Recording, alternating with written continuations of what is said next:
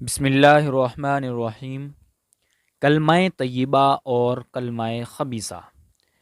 برادران اسلام، پچھلے خطبے میں کلمہ طیبہ کے متعلق میں نے آپ سے کچھ کہا تھا۔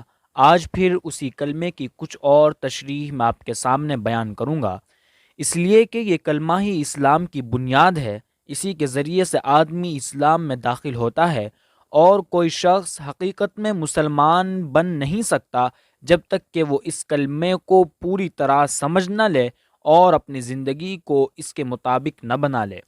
اللہ تعالیٰ نے اپنی کتاب مجید میں اس کلمے کی تعریف اس طرح فرمائی ہے: الم تر کیف ضرب اللہ مثلا کلمۃ طیبہ کشجرۃ طیبۃ اصلها ثابت وفرعها فی السماء تؤتی اکلها کل حین باذن ربها وَيَضْرِبُ اللَّهُ الْأَمْثَالَ لِلنَّاسِ لَعَلَّهُمْ يَتَذَكَّرُونَ وَمَثَلُ كَلِمَةٍ خَبِيثَةٍ كَشَجَرَةٍ خَبِيثَةٍ اجْتُثَّتْ مِنْ فَوْقِ الْأَرْضِ مَا لَهَا مِنْ قَرَارٍ يُثَبِّتُ اللَّهُ الَّذِينَ آمَنُوا بِالْقَوْلِ الثَّابِتِ فِي الْحَيَاةِ الدُّنْيَا وَفِي الْآخِرَةِ وَيُضِلُّ اللَّهُ الظَّالِمِينَ وَيَفْعَلُ اللَّهُ مَا يَشَاءُ۔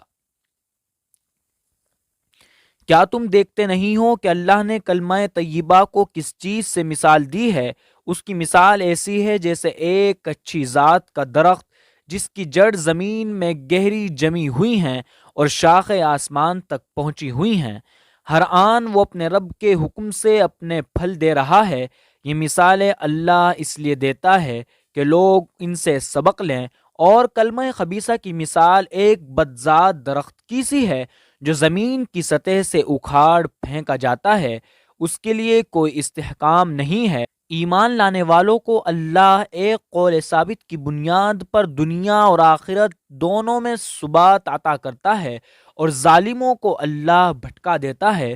اللہ کو اختیار ہے جو چاہے کرے۔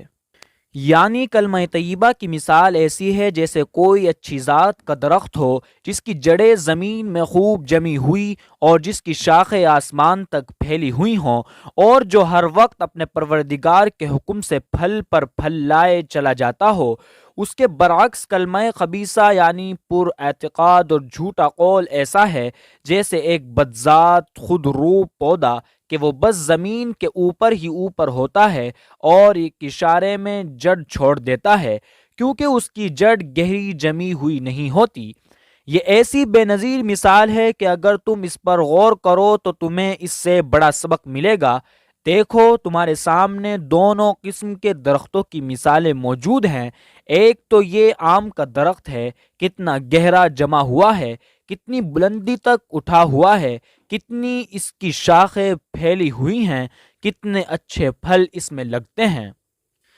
یہ بات اسے کیوں حاصل ہوئی؟ اس لیے کہ اس کی گٹھلی زوردار تھی، اس کو درخت بننے کا حق حاصل تھا، اور وہ حق اتنا سچا تھا کہ جب اس نے اپنے حق کا دعویٰ کیا تو زمین نے، پانی نے، ہوا نے، دن کی گرمی اور رات کی ٹھنڈک نے، غرض ہر چیز نے اس کے حق کو تسلیم کیا، اور اس نے جس سے جو کچھ مانگا ہر ایک نے اس کو دیا۔ اس طرح وہ اپنے حق کے زور سے اتنا بڑا درخت بن گیا، اور اپنے میٹھے پھل دے کر اس نے ثابت بھی کر دیا کہ حقیقت میں وہ اسی قابل تھا کہ ایسا درخت بنے۔ اور زمین و آسمان کی ساری قوتوں نے مل کر اگر اس کا ساتھ دیا تو کچھ بیجا نہیں کیا، بلکہ ان کو ایسا کرنا ہی چاہیے تھا، اس لیے کہ درختوں کو غذا دینے اور بڑھانے اور پکانے کی جو طاقت زمین اور پانی اور ہوا اور دوسری چیزوں کے پاس ہے، وہ اسی کام کے لیے تو ہیں کہ اچھی ذات والے درختوں کے کام آئیں۔ اس کے مقابلے میں یہ جھاڑ جھنکار اور خود رو پودے ہیں، ان کی بساط ہی کیا ہے، ذرا سی جڑ کے ایک بچہ اکھاڑ لے، نرم اور بودے اتنے کہ ہوا کے ایک جھونکے سے مرجھا جائیں، ہاتھ لگاؤ تو کانٹے سے تمہاری خبر لیں، چکھو تو منہ کا مزہ خراب کر دیں۔ روز خدا جانے کتنے پیدا ہوتے ہیں اور کتنے اکھاڑے جاتے ہیں۔ ان کا یہ حال کیوں ہے؟ اس لیے کہ ان کے پاس حق کا وہ زور نہیں جو عام کے پاس ہے۔ جب اعلیٰ ذات کے درخت نہیں ہوتے تو زمین بیکار پڑے پڑے اگتا جاتی ہے اور ان پودوں کو اپنے اندر جگہ دے دیتی ہے، کچھ مدد پانی کر دیتا ہے، کچھ ہوا اپنے پاس سے سامان دے دیتی ہے، مگر زمین و آسمان کی کوئی چیز بھی ایسے پودوں کا حق ماننے کے لیے تیار نہیں ہوتی۔ اس لیے نہ زمین اپنے اندر ان کی جڑیں پھیلنے دیتی، نہ پانی ان کو دل کھول کر غذا دیتا ہے، اور نہ ہوا کھلے دل سے ان کو پروان چڑھاتی ہے۔ پھر جب اتنی سی بساط پر یہ خبیث پودے بدمزہ، خاردار اور زہریلے بن کر اٹھتے ہیں تو واقعی میں ثابت ہو جاتا ہے کہ زمین و آسمان کی طاقتیں ایسے پودے اگانے کے لیے نہیں تھی۔ ان کو اتنی زندگی بھی ملی تو بہت ملی۔ ان دونوں مثالوں کو سامنے رکھو اور پھر کلمہ طیب اور کلمہ خبیث کے فرق پر غور کرو۔ کلمہ طیبہ کیا ہے؟ ایک سچی بات ہے، ایسی سچی بات کہ دنیا میں اس سے زیادہ سچی بات کوئی ہو نہیں سکتی۔ سارے جہاں کا خدا ایک اللہ ہے، اس چیز پر زمین اور آسمان کی ہر چیز گواہی دے رہی ہے۔ یہ انسان، یہ جانور، یہ درخت، یہ پتھر، یہ ریت کے ذرے، یہ بہتی ہوئی نہر، یہ چمکتا ہوا سورج، یہ ساری چیزیں جو ہر طرف پھیلی ہوئی ہیں، ان میں سے کون سی چیز ہے جس کو اللہ کے سوا کسی اور نے پیدا کیا ہو، جو اللہ کے سوا کسی اور کی مہربانی سے زندہ اور قائم رہ سکے، جس کو اللہ کے سوا کوئی اور فنا کر سکتا ہو؟ پس جب یہ سارا جہان اللہ کا پیدا کیا ہوا ہے اور اللہ ہی کی عنایت سے قائم ہے اور اللہ ہی اس کا مالک اور حاکم ہے، تو جس وقت تم کہو گے اس جہان میں اس ایک اللہ کے سوا کسی اور کی خدائی نہیں ہے، تو زمین و آسمان کی ایک ایک چیز پکارے گی کہ تو نے بالکل سچی بات کہی، ہم سب تیرے اس قول کی صداقت پر گواہ ہیں۔ جب تم اس کے آگے سر جھکاؤ گے تو کائنات کی ہر چیز تمہارے ساتھ جھک جائے گی، کیونکہ یہ ساری چیزیں بھی اسی کی عبادت گزار ہیں۔ جب تم اس کے فرمان کی پیروی کرو گے تو زمین و آسمان کی ہر چیز تمہارا ساتھ دے گی، کیونکہ یہ سب بھی تو اسی خدا کے فرمانبردار ہیں۔ جب تم اس کی راہ پر چلو گے تو تم اکیلے نہ ہوں گے، بلکہ کائنات کا بے شمار لشکر تمہارے ساتھ چلے گا، کیونکہ آسمان کے سورج سے لے کر زمین کے ایک حقیر ذرے تک ہر چیز ہر آن اسی کی راہ میں تو چل رہی ہے۔ جب تم اس پر بھروسہ کرو گے تو کسی چھوٹی طاقت پر بھروسہ نہ کرو گے، بلکہ اس عظیم الشان طاقت پر بھروسہ کرو گے جو زمین اور آسمان کے سارے خزانوں کی مالک ہے۔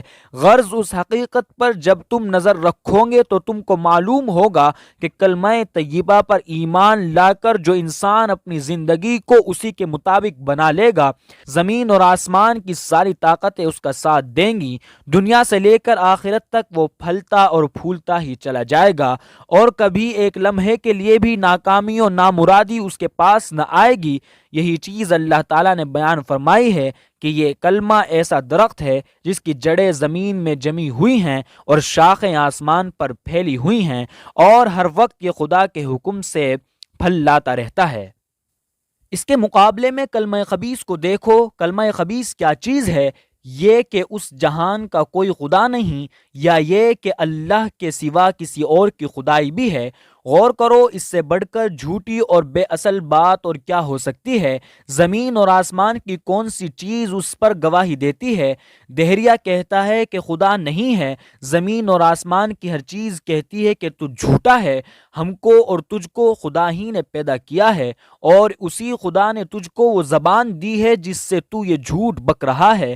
مشرک کہتا ہے کہ خدائی میں دوسرے بھی اللہ کے شریک ہیں، دوسرے بھی رازق ہیں، دوسرے بھی مالک ہیں، دوسرے بھی قسمتیں بناتے اور بگاڑتے ہیں، دوسرے بھی فائدہ اور نقصان پہنچانے کی طاقت رکھتے ہیں، دوسرے بھی دعائیں سننے والے ہیں، دوسرے بھی مرادیں پوری کرنے والے ہیں، دوسرے بھی ڈرنے کے لائق ہیں، دوسرے بھی بھروسہ کرنے کے قابل ہیں۔ اس خدائی میں دوسروں کا حکم بھی چلتا ہے، اور خدا کے سوا دوسروں کا فرمان اور قانون بھی پیروی کے لائق ہے۔ اس کے جواب میں زمین و آسمان کی ہر چیز کہتی ہے کہ تو بالکل جھوٹا ہے، ہر بات جو تو کہہ رہا ہے یہ حقیقت کے خلاف ہے۔ اب غور کرو کہ یہ کلمہ جو شخص اختیار کرے گا اور اس کے مطابق جو شخص زندگی بسر کرے گا، دنیا اور آخرت میں وہ کیوں کر پھل پھول سکتا ہے۔ اللہ نے اپنی مہربانی سے ایسے لوگوں کو مہلت دے رکھی ہے اور رزق کا وعدہ ان سے کیا ہے، اس لیے زمین اور آسمان کی طاقتیں کسی نہ کسی طرح اس کو بھی پرورش کریں گی، جس طرح وہ جھاڑ جھنکار اور خودرو پودوں کو بھی آخر پرورش کرتی ہی ہیں، لیکن کائنات کی کوئی چیز بھی اس کا حق سمجھ کر اس کا ساتھ نہ دے گی اور نہ پوری طاقت کے ساتھ اس کی دہی کرے گی۔ وہ انہی خودرو درختوں کی طرح ہوگا جن کی مثال ابھی آپ کے سامنے بیان ہوئی ہے۔ یہی فرق دونوں کے پھلوں میں ہے۔ کلمہ طیب جب کبھی پھلے گا اس سے میٹھے اور مفید پھل ہی پیدا ہوں گے، دنیا میں اس سے امن قائم ہوگا، نیکی اور سچائی اور انصاف کا بول بالا ہوگا اور خلق خدا اس سے فائدہ ہی اٹھائے گی، مگر کلمہ خبیث کی جتنی پرورش ہوگی اس سے خاردار شاخیں ہی نکلیں گی، اس میں کڑوے کسیلے ہی پھل آئیں گے، اس کی رگ رگ میں زہر ہی بھرا ہوگا۔ دنیا میں اپنی آنکھوں سے دیکھ لو، جہاں کفر اور شرک اور دہریت کا زور ہے وہاں کیا ہو رہا ہے۔ آدمی کو آدمی پھاڑ کھانے کی تیاریاں کر رہا ہے، آبادیوں کی آبادیاں تباہ کرنے کے سامان ہو رہے ہیں، زہریلی گیسیں بن رہی ہیں۔ ایک قوم دوسری قوم کو برباد کر دینے پر تلی ہوئی ہے۔ جو طاقتور ہے وہ کمزوروں کو غلام بناتا ہے، صرف اس لیے کہ اس کے حصے کی روٹی خود چھین کر کھا جائے گا، اور جو کمزور ہے وہ فوج اور پولیس اور جیل اور پھانسی کے زور سے دب کر رہنے اور طاقتور کا ظلم سہنے پر مجبور کیا جاتا ہے۔ پھر ان قوموں کی اندرونی حالت کیا ہے؟ اخلاق بد سے بدتر ہیں، جن پر شیطان بھی شرمائے۔ انسان وہ کام کر رہا ہے جو جانور بھی نہیں کرتے۔ مائیں اپنے بچوں کو اپنے ہاتھ سے ہلاک کرتی ہیں کہ کہیں یہ بچے ان کے عیش میں خلل نہ ڈال دیں۔ شوہر اپنی بیویوں کو خود غیروں کی بغل میں دیتے ہیں تاکہ ان کی بیویاں ان کی بغل میں آئیں۔ ننگوں کے کلب بنائے جاتے ہیں جن میں مرد اور عورت جانوروں کی طرح برہنہ ایک دوسرے کے سامنے پھرتے ہیں۔ امیر سود کے ذریعے سے غریبوں کا خون چوس لیتے ہیں اور مالدار ناداروں سے اس طرح خدمت لیتے ہیں کہ گویا وہ ان کے غلام ہیں اور صرف ان کی خدمت ہی کے لیے پیدا ہوئے ہیں۔ غرض اس کلمہ خبیث سے جو پودا بھی جہاں پیدا ہوا ہے کانٹوں سے بھرا ہوا ہے، اور جو پھل بھی اس میں لگتا ہے کڑوا اور زہریلا ہی ہوتا ہے۔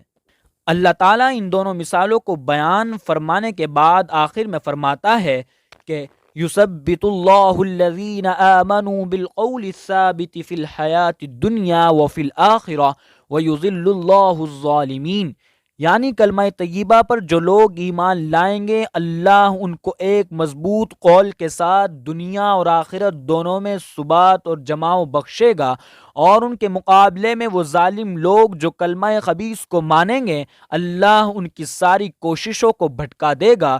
وہ کبھی کوئی سیدھا کام نہ کریں گے جس سے دنیا یا آخرت میں کوئی اچھا پھل پیدا ہو۔ بھائیو، کلمہ طیبہ اور کلمہ خبیثہ کا فرق اور دونوں کے نتیجے تم نے سن لیے۔ اب تم یہ سوال ضرور کرو گے کہ ہم تو کلمہ طیبہ کے ماننے والے ہیں، پھر کیا بات ہے کہ ہم نہ پھلتے ہیں نہ پھولتے ہیں، اور کفار جو کلمہ خبیثہ کے ماننے والے ہیں یہ کیوں پھل پھول رہے ہیں؟ اس کا جواب میرے ذمہ ہے اور میں جواب دوں گا، بشرطے کہ میں آپ سے کوئی میرے جواب پر برا نہ مانے، بلکہ اپنے دل سے پوچھے کہ میرا جواب واقعی صحیح ہے یا نہیں۔ اول تو آپ کا یہی کہنا غلط ہے کہ آپ کلمہ طیبہ کو مانتے ہیں اور پھر بھی نہ پھلتے ہیں نہ پھولتے ہیں۔ کلمہ طیبہ کو ماننے کے معنی زبان سے کلمہ طیبہ پڑھنے کے نہیں ہیں، اس کے معنی دل سے ماننے کے ہیں، اور اس طرح ماننے کے ہیں کہ اس کے خلاف کوئی عقیدہ آپ کے دل میں نہ رہے اور اس کے خلاف کوئی کام آپ سے نہ ہو سکے۔ میرے بھائیو، خدا را مجھے بتاؤ، کیا تمہارا حقیقت میں یہی حال ہے؟ کیا سینکڑوں ایسے مشرکانہ اور کافرانہ خیالات تم میں نہیں پھیلے ہوئے ہیں جو کلمہ طیبہ کے بالکل خلاف ہیں؟ کیا مسلمان کا سر خدا کے سوا دوسروں کے آگے نہیں جھک رہا ہے؟ کیا مسلمان دوسروں سے خوف نہیں کرتا؟ کیا وہ دوسروں کی مدد پر بھروسہ نہیں کرتا؟ کیا وہ دوسروں کو رازق نہیں سمجھتا؟ کیا وہ خدا کے قانون کو چھوڑ کر دوسروں کے قانون کی خوشی خوشی پیروی نہیں کرتا؟ کیا اپنے آپ کو مسلمان کہلانے والے عدالتوں میں جا کر یہ صاف نہیں کہتے کہ ہم شرع کو نہیں مانتے بلکہ رسم و رواج کو مانتے ہیں؟ کیا تم میں ایسے لوگ موجود نہیں ہیں جن کو دنیاوی فائدوں کے لیے خدا کے قانون کی کسی دفعہ کو توڑنے میں ذرا تأمل نہیں ہوتا؟ کیا تم میں وہ لوگ موجود نہیں ہیں جن کو کفار کے غضب کا ڈر ہے مگر خدا کے غضب کا ڈر نہیں، جو کفار کی نظر عنایت حاصل کرنے کے لیے سب کچھ کرنے پر تیار ہو جاتے ہیں مگر خدا کی نظر عنایت حاصل کرنے کے لیے کچھ نہیں کر سکتے، جو کفار کی حکومت کو حکومت سمجھتے ہیں اور خدا کی حکومت کے متعلق انہیں کبھی یاد بھی نہیں آتا کہ وہ بھی کہیں موجود ہے؟ خدارا سچ بتاؤ، کیا یہ واقعہ نہیں ہے؟ اگر یہ واقعہ ہے تو پھر کس منہ سے تم کہتے ہو کہ ہم کلمہ طیبہ کو ماننے والے ہیں اور اس کے باوجود ہم نہ پھولتے ہیں نہ پھلتے ہیں؟ پہلے سچے دل سے ایمان تو لاؤ اور کلمہ طیبہ کے مطابق زندگی اختیار تو کرو، پھر اگر وہ درخت نہ پیدا ہوا جو زمین میں گہری جڑوں کے ساتھ جمنے والا اور آسمان تک چھا جانے والا ہے تو معاذ اللہ اپنے خدا کو جھوٹا سمجھ لینا کہ اس نے تمہیں غلط بات کا اطمینان دلایا۔ پھر آپ کا یہ کہنا بھی غلط ہے کہ جو کلمہ خبیثہ کو مانتے ہیں وہ واقعی دنیا میں پھل پھول رہے ہیں۔ کلمہ خبیثہ کو ماننے والے نہ کبھی پھولے نہ پھلے ہیں، نہ آج پھول پھل رہے ہیں۔ تم دولت کی کثرت، عیش و عشرت کے اسباب اور ظاہری شان و شوکت کو دیکھ کر سمجھتے ہو کہ وہ پھل پھول رہے ہیں، مگر ان کے دلوں سے پوچھو کہ کتنے ہیں جن کو اطمینان قلب میسر ہے۔ ان کے اوپر عیش کے سامان لدے ہوئے ہیں مگر ان کے دلوں میں آگ کی بھٹیاں سلگ رہی ہیں جو ان کو کسی وقت چین نہیں لینے دیتی۔ خدا کے قانون کی خلاف ورزی نے ان کے گھروں کو دوزخ بنا رکھا ہے۔ اخباروں میں دیکھو کہ یورپ اور امریکہ میں خودکشی کا کتنا زور ہے، طلاق کی کیسی کثرت ہے، نسلیں کس طرح گھٹ رہی ہیں اور گھٹائی جا رہی ہیں۔ امراض خبیثہ نے کس طرح لاکھوں انسانوں کی زندگیاں تباہ کر دی ہیں۔ مختلف طبقوں کے درمیان روٹی کے لیے کیسی سخت کشمکش برپا ہے۔ حسد اور بغض اور دشمنی نے کس طرح ایک ہی جنس کے آدمیوں کو آپس میں لڑا رکھا ہے۔ عیش پسندی نے لوگوں کے لیے زندگی کو کس قدر تلخ بنا دیا ہے، اور یہ بڑے بڑے عظیم الشان شہر جن کو دور سے دیکھ کر آدمی رشک جنت سمجھتا ہے، ان کے اندر لاکھوں انسان کس مصیبت کی زندگی بسر کر رہے ہیں۔ کیا اسی کو پھلنا اور پھولنا کہتے ہیں؟ کیا یہی وہ جنت ہے جس پر تم رشک کی نگاہیں ڈالتے ہو؟ میرے بھائیوں، یاد رکھو کہ خدا کا قول کبھی جھوٹا نہیں ہو سکتا۔ حقیقت میں کلمہ طیبہ کے سوا اور کوئی کلمہ نہیں جس کی پیروی کر کے انسان کو دنیا میں راحت اور آخرت میں سرخروئی حاصل ہو سکے۔ تم جس طرف چاہو نظر دوڑا کر دیکھ لو، اس کے خلاف تم کو کہیں کوئی چیز نہ مل سکے گی۔